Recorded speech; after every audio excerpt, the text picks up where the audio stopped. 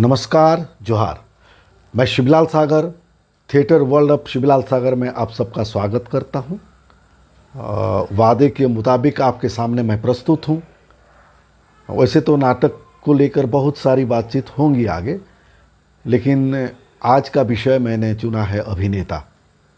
क्योंकि आप सब अच्छी तरह से जानते हैं, रंगकर्म करने के लिए जो भी इच्छुक व्यक्ति सामने आते हैं, इसका प्रमुख कारक तत्व के रूप में अभिनेता है जानकर हर कोई अभिनय करने के लिए ही आते हैं। बाद में जब समझ में आती बात है तो कोई लाइटिंग, कोई म्यूज़िक, कोई सेट डिज़ाइन में भी जाते हैं, लेकिन मुख्यतः अभिनय के लिए इच्छुक होकर सब आते हैं। हर कोई अभिनेता बनना चाहता है और सबसे प्रमुख कारक तत्व अभिनेता होने के बावजूद आप देखें, चाहे नाट्यशास्त्र हो या फिर बड़े बड़े विद्वान नाटकों पर जो भी शास्त्र रचना करके गए हैं, उसमें अभिनेता को लेकर बहुत कुछ स्रोत सामग्रियां हमारे सामने नहीं आती हैं।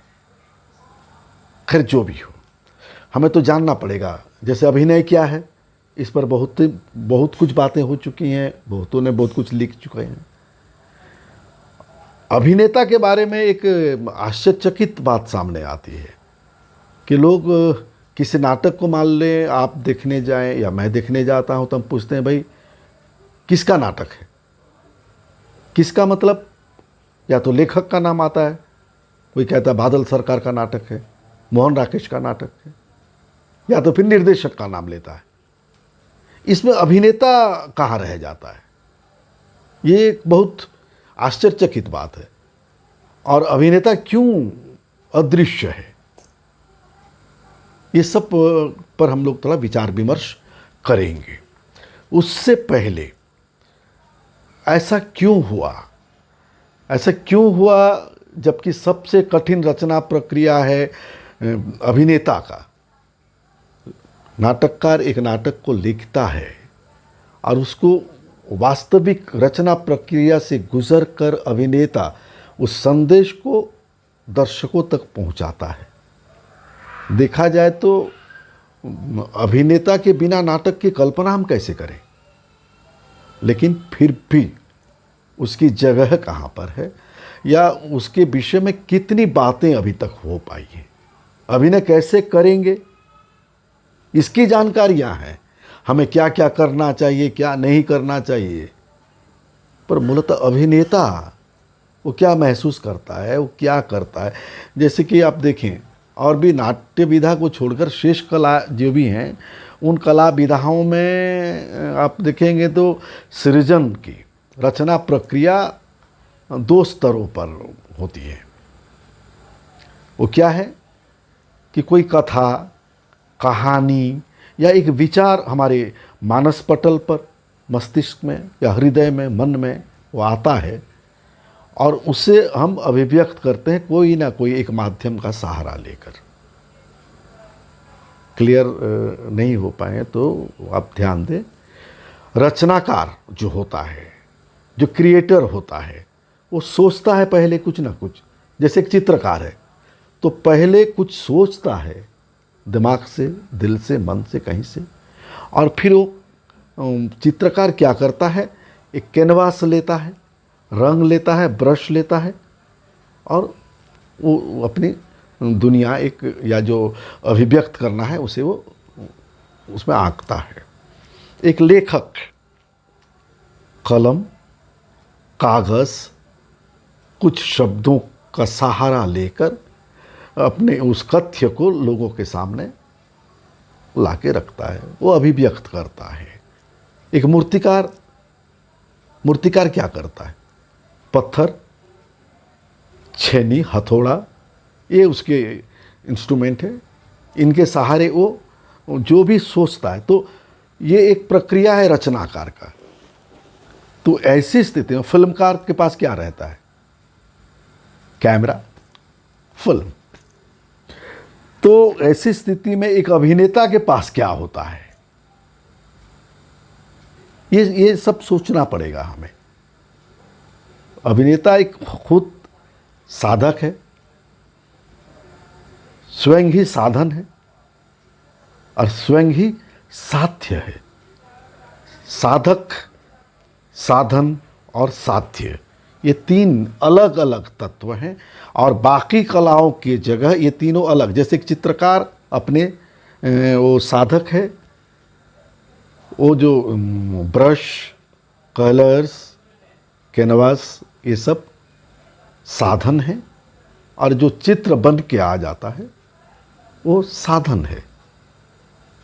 एक फिल्मकार, कैमरा उसका साधन है, अपने साधक है, फिल्म साधन है, और जो फिल्म बन के आती है तो वो साध्य है। इसी तरह एक चित्रकार या मूर्तिकार, क्षमा कीजिएगा, मूर्तिकार स्वयं वो साधक है, वो पत्थर, छेनी, हथौड़ा, ये सब उसके साधन हैं, और जो मूर्ति बन के आती है वो साध्य है। तो इसमें देखा जाए तो अभिनेता कहाँ ठहरता है? अभिनेता स्वयं साधक है, स्वयं साधन है, स्वयं साध्य है। संगीत कुछ हद तक, नृत्य कुछ हद तक इस श्रेणी में आते हैं, नाटक जैसे होता है।